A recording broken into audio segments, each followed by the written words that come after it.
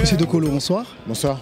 Merci beaucoup de nous donner de ce temps parce qu'on sait que vous êtes en train de partir et vous avez accepté de nous donner ce temps pour vous poser quelques questions. Cela montre du respect que vous avez pour la presse congolaise d'ici, mais aussi pour la diaspora congolaise des États-Unis. Vous êtes venu faire quoi aux États-Unis? Écoutez, comme vous savez, là maintenant à New York, c'est le sommet des Nations Unies. Ma femme était speaker en fait au Bloomberg Business Forum.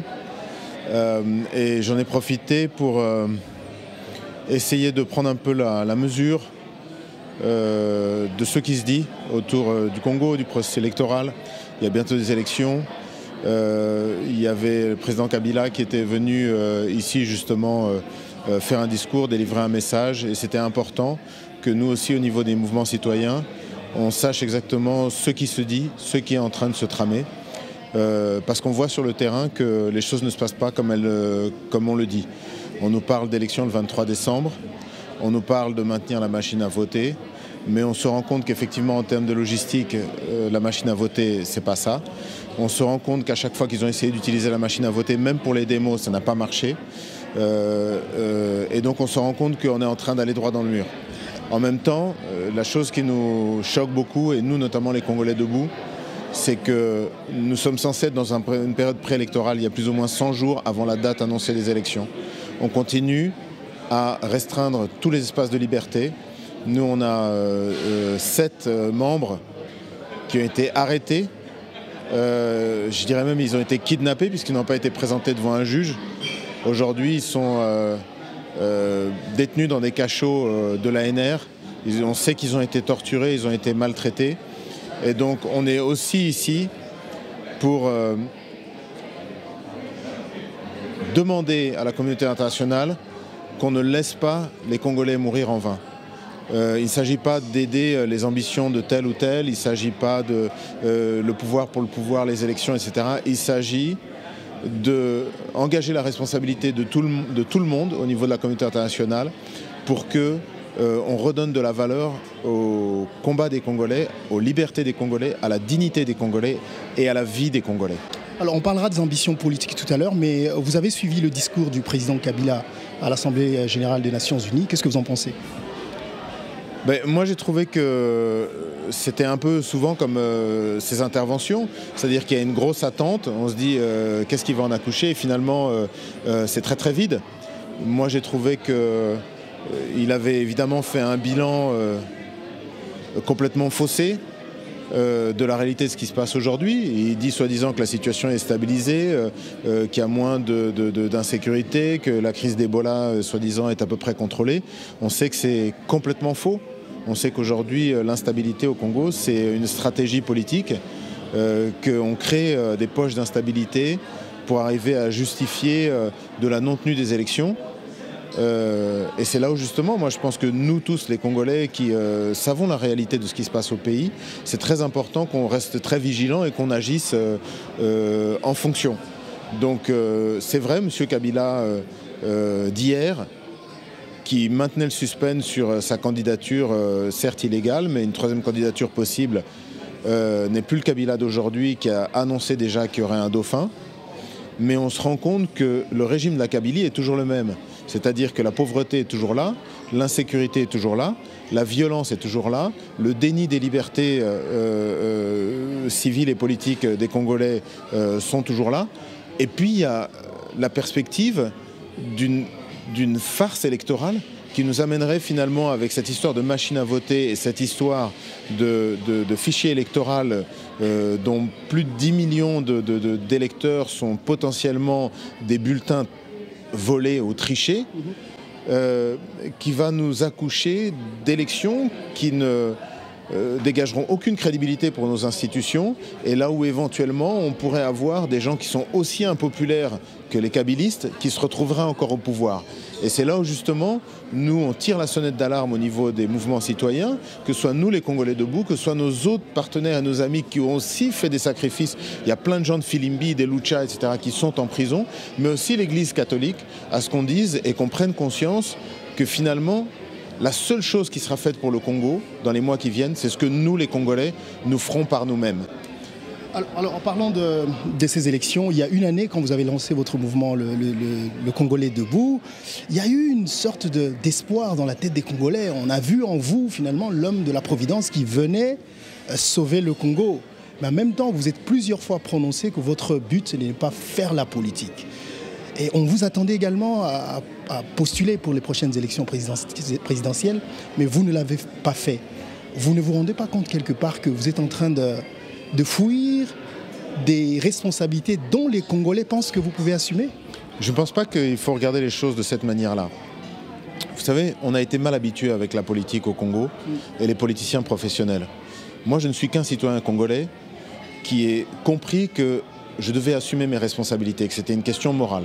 Et je suis un citoyen congolais qui ait compris que qui ait trouvé les moyens de faire quelque chose qui concrètement puisse faire avancer la cause et la situation des Congolais qui souffrent, qui n'ont pas de perspective, d'un pays qui est à la dérive.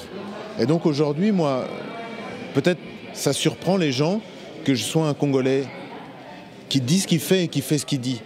Mais depuis le début, j'ai dit, ceux qui croient qu'on va prendre les armes, ceux qui croient que je suis aidé par un pays étranger, ceux qui croient qu'il existe un court-circuit, un shortcut ou un bouton qui va résoudre tous les problèmes, que cela me laisse. Il vaut mieux qu'ils quittent les Congolais debout, parce que c'est pas. That's not what we're about. Mais c'est quoi? What is about Congolais debout? Les Congolais debout, c'est des Congolais qui sont conscients que c'est nous-mêmes les Congolais qui avons créé Kabila, le monstre Kabila. C'est nous-mêmes qui avons créé Mobutu, c'est nous-mêmes qui avons créé Kabila, et on doit se rendre compte que le problème, c'est pas seulement Kabila, c'est nous et avant tout nous. C'est pas le Rwanda, c'est vraiment nous qui laissons d'autres nous avilir, nous réduire en esclavage. Et donc c'est chacun d'entre nous, les Congolais, qui doit arriver à draw a line. Donc cette ligne rouge, de dire au-delà de cette ligne, vous êtes en train de mettre en cause des choses qui sont sacrées. Et donc je dois réagir, je dois m'engager. Et tout le sens de l'engagement des Congolais debout, c'est de dire nous allons imposer le respect de notre droit sacré à choisir librement nos dirigeants. Mais pas nous être dirigeants. Pour moi, nous être dirigeants, c'est pas la question. Aujourd'hui, il y a plein de gens qui sont candidats, qui ont des projets, qui veulent faire quelque chose. Parce que, excusez-moi, c'est très facile de dire les autres, ils le font pas bien. Nous voulons que les choses soient faites de cette manière. Mais vous, pourquoi vous ne le feriez pas tel que vous le pensez? C'est-à-dire, vous, être aux commandes. Vous savez, la politique, c'est quelque chose de très sérieux. On ne peut pas se lever un matin et dire, tiens, il y a une place vacante et moi, je vais rentrer là. Aujourd'hui, chacun doit faire son boulot.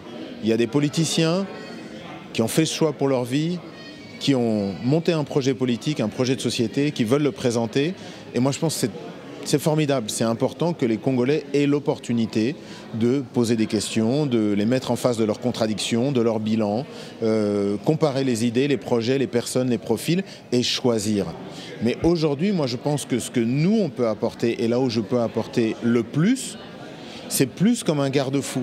C'est plus comme quelqu'un qui dit « Attendez, je ne suis pas là pour le pouvoir, j'ai rien à vendre, j'ai rien à gagner, mais en l'occurrence, je pense qu'il y a des choses qui ne sont pas normales et qui ne sont pas acceptables.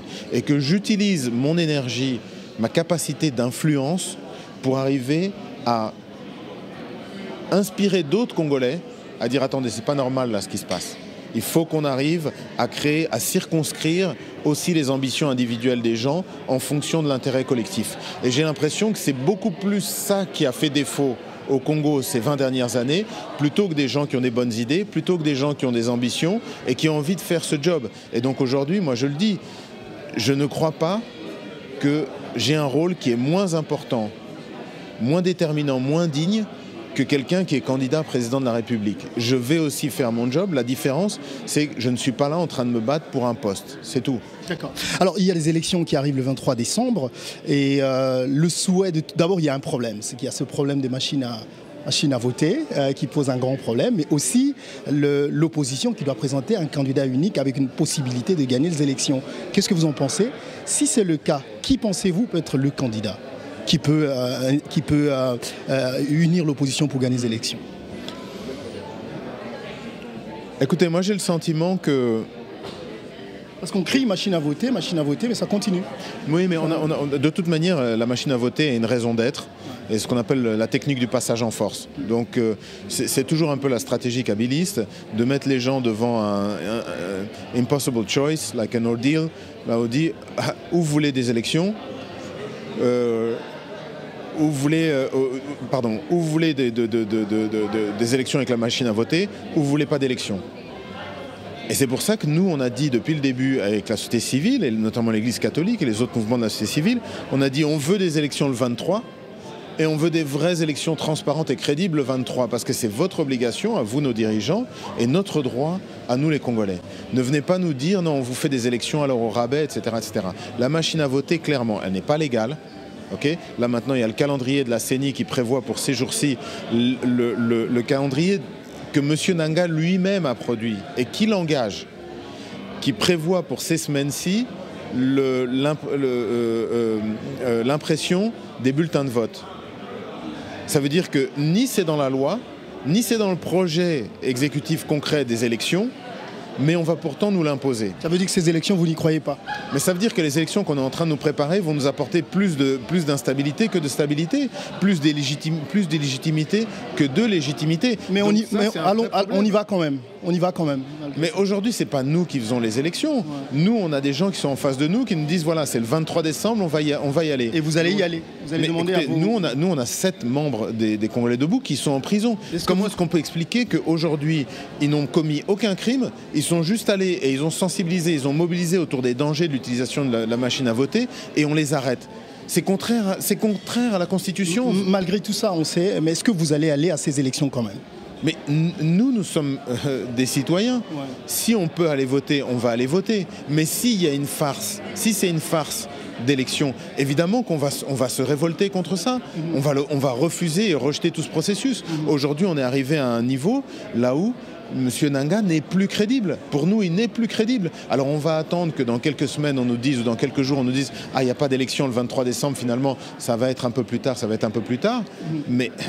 on n'en est pas là. Pour l'instant, nous, on est en train de mobiliser, on est en train de dire on veut des élections le 23 décembre et on veut de vraies bonnes élections le 23 décembre. Point. D'accord. Alors le deuxième volet de ma question, s'il y a un candidat qui peut incarner l'unité des élections, pour l'unité de l'opposition pour gagner ces élections. Alors ça, c'est une analyse et un avis assez personnel. Ouais. Mais j'aimerais le partager avec tout le monde, parce que bon, il est différent et donc peut-être c'est intéressant, peut-être complémentaire des idées des autres.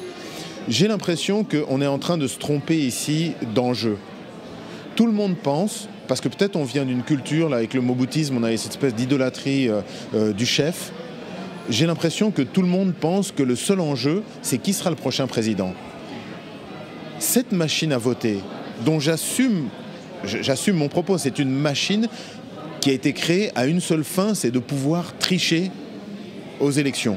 Je l'affirme parce que quand F. Bazaïba l'a essayé, ça n'a même pas marché. Ils n'ont même pas réussi pour son vote à elle à le faire marcher. Quand ils l'ont essayé, je ne sais pas si c'est où, à Idjoui ou je ne sais pas où, là ils l'ont essayé il y a une semaine ou deux, sur une trentaine de personnes, il y a eu une dizaine d'erreurs. C'est-à-dire même pour une démo, ils n'arrivent pas à faire fonctionner cette machine. Oui, monsieur Dokolo, on connaît votre position par rapport à cette machine, vous en avez parlé, et même maintenant là, je veux juste savoir si... Je comprends, j'en arrive. Sur l'opposant. Non, j'en arrive. S'il vous plaît. Tout le monde est en train de regarder qui pourrait être le candidat de l'opposition qui pourrait battre Emmanuel Shadari. Imaginons, prenez-en au hasard, dites-moi, des candidats aujourd'hui de l'opposition. Au hasard. Matungulu. Très bien. C'est très bien comme ça, au moins c'est votre responsabilité, pas la mienne. D'accord. Disons Freddy Matungulu. Très bien. C'est quelqu'un qui a les compétences, il a la vision, il a un projet, et puis ça tombe bien, sa candidature a été acceptée. Prenons le cas de Freddy Matungulu. Demain, il y a les élections au Congo. Tout le monde se met d'accord, donc Félix Tshisekedi se désiste, Vital Kamerhe se désiste, Martin Fayulu se désiste, les autres, parce que je pense qu'il faut respecter tout le monde, même s'ils sont moins connus, se désistent. Résultat, Freddy Matungulu est président. Résultat de la machine à voter, parce que je vous rappelle qu'il y a les élections présidentielles, législatives, locales. Législative, pas de majorité. Il n'y a pas de plateforme. Ils ont dit on fait un candidat qui est le candidat à la présidentielle de l'opposition. Ils n'ont jamais dit on fait une plateforme qui est une plateforme de gouvernance et là on va proposer un projet de société commun qui va nous permettre de contrer le projet de société que le camp adverse va présenter aux législatives. Sachant qu'on n'a pas d'argent, sachant que nos politiciens sont tous plus ou moins des mercenaires à vendre et donc on sait comment hier se sont formées les majorités et comment demain se formeront les majorités. On sait comment la machine à voter va servir à tricher. Quelles sont les probabilités ou les chances qu'on arrive à réunir une majorité gouvernementale? Zéro. Ça veut dire quoi? Ça veut dire que demain, on va avoir Freddy Matungulu président, Joseph Kabila Premier ministre. Comment est-ce que vous pensez que vous allez mettre Kalev Mouton en prison ou le juger? Comment est-ce que vous pensez que vous allez désarmer le général John Numbi? Comment est-ce que vous pensez que vous allez faire avec les Tango Forts et compagnie? Comment est-ce que vous pensez que vous allez décabiliser l'administration, la justice, etc. Ça ne sera pas possible. Donc aujourd'hui, j'ai l'impression qu'on se trompe de débat. On est en train de dire, allez, on fait un candidat de l'opposition. Non. Moi, je vous le dis très clairement, nous n'aurons pas, malheureusement, c'est ma conviction, de vraies élections crédibles avec Joseph Kabila.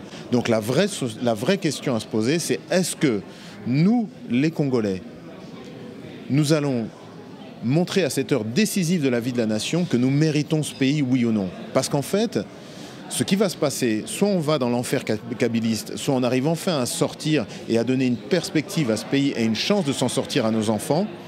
Et ça va dépendre de notre capacité, nous, en tant que peuple congolais, à se mettre debout et à draw a line, à tirer une ligne et à dire, OK, maintenant, ici, vous ne franchissez pas. Et ça va être dans les prochains mois, lorsque les catholiques, le CLC, nous-mêmes, les autres amis de la société civile et les partis de l'opposition, quand tous ensemble nous allons appeler à marcher, si nous arrivons à être suffisamment convaincants, à suffisamment mobilisés pour que tout le monde se lève, je pense qu'il y aura beaucoup moins de violence et c'est très difficile de faire des violences contre 1 million de personnes. Ça ne marche pas. On est en train de beaucoup sensibiliser toute la communauté internationale. On sait que les sanctions, ça fait mal à Kabila, parce qu'à la fin, la Kabylie, c'est un business. Ce sont des gens, c'est des intérêts, et ça veut dire qu'effectivement, lorsque les Américains votent des sanctions contre les faucons du régime, contre Dan Gertler, l'argentier de M. Kabila, et que demain, ils vont voter des sanctions contre ses frères et sœurs et contre lui-même, on sait que ça aura des effets. Donc dans ce combat, on n'est pas seul, on est préparé, on est déterminé, on est vigilant. Voilà, c'est dommage que vous êtes en train de partir. On a tellement de questions à vous poser parce que ce n'est pas tous les jours qu'on vous a ici. Une autre question? Non, je dois laisser la place à mon confrère Gary Ouellet qui est là, qui a d'autres questions. Mais en tout cas, merci beaucoup d'avoir répondu. Merci beaucoup. Et puis je voudrais en profiter justement pour saluer d'abord tous les journalistes engagés. Alors là, on parle des journalistes aux États-Unis. Mais je pense que c'est très important que tous les Congolais se rendent compte que dans ce combat qui est en train de mener le Congo, quelle que soit la distance, chacun doit jouer un rôle. Aujourd'hui, c'est une question morale qui se pose à chacun des Congolais ou des gens qui s'identifient comme étant des Congolais, quelle que soit leur nationalité d'acquisition. Personne ne peut rester les bras croisés. Toujours, partout, quelqu'un a quelque chose à faire. Et si vous ne savez pas quoi faire, rejoignez les Congolais debout. Rejoignez, je ne suis pas là, j'ai rien à vendre, rejoignez un autre mouvement de la société civile, soyez actifs, soyez engagés parce qu'on est en train de vivre des heures cruciales de l'histoire de notre pays et c'est très important pour tous ceux qui ont des enfants et pour les générations futures qui nous demanderont, papa, maman, qu'est-ce que tu as fait pendant que le pays était en train de basculer, qu'on soit prêt à leur répondre, voilà, j'ai fait ça, j'ai fait les sit-ins, j'ai envoyé des lettres, j'ai sensibilisé, j'ai donné de l'argent, etc., etc. C'est l'affaire vraiment de tous les Congolais et personne ne résoudra les problèmes du Congo à part les Congolais eux-mêmes, c'est-à-dire nous-mêmes. Monsieur Dekolo, merci. Merci à vous.